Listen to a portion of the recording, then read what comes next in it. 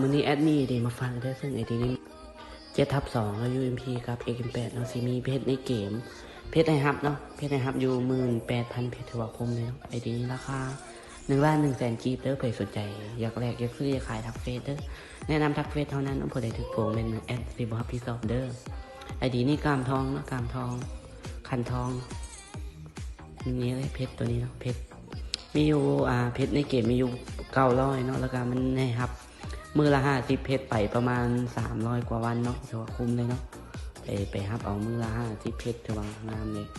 ครับนี่เนาะเพชรตัวนี้คุ้มเลยเนาะราคา1,100,000กีบ7/2สกินปืนนะนี่หมวกนักเรียนตัวนี้ราคาหัวดวงตาสีตัวนี้ตามนี้นะหมวกต่างนี้หมวกหัวเบิ่งอะไรนะประเดี๋ยวมีพอใส่นะกรุบตัวนี้หมวกฟางทักเฟซเนาะทักเฟซอย่างเดียวเนาะดีนี่งามเลยเขาปกติเนาะขาวดวงตาสีกามทองเนาะกามทองสุดกระเทียมลายเลยพอสมควรเนาะ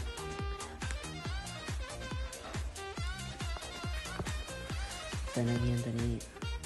โตมากุซ่ามันก็เล่นน้ำสองเนาะกระเทียมลายมันคุ้มน้ำเพราะว่ามันมีเพชรในฮับนั่นเนาะเพชรทวารไลเติมก็น่าจะถึกอยู่ประมาณ2 ล้านปลายเนาะ2 ล้านปลายตามนี้นะถ้าทางปืน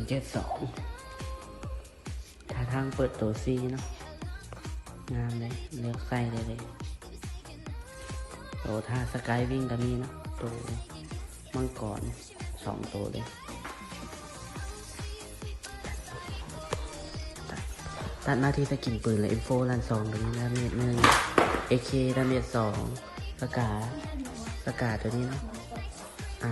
ก็ซ่าประมาณอัพเวล3เนาะเองเป็น7 AN ตัวนี้ AN ตัวนี้ EVO 2สกินเลยเนาะ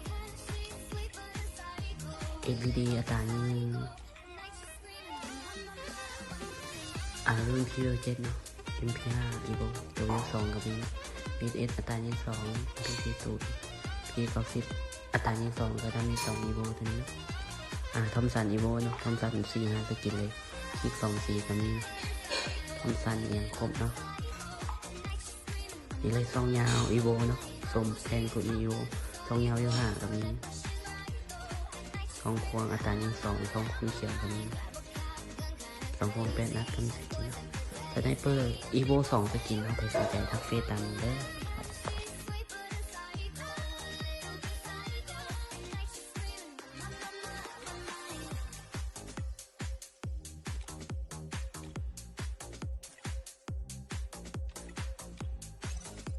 Chegou a hora.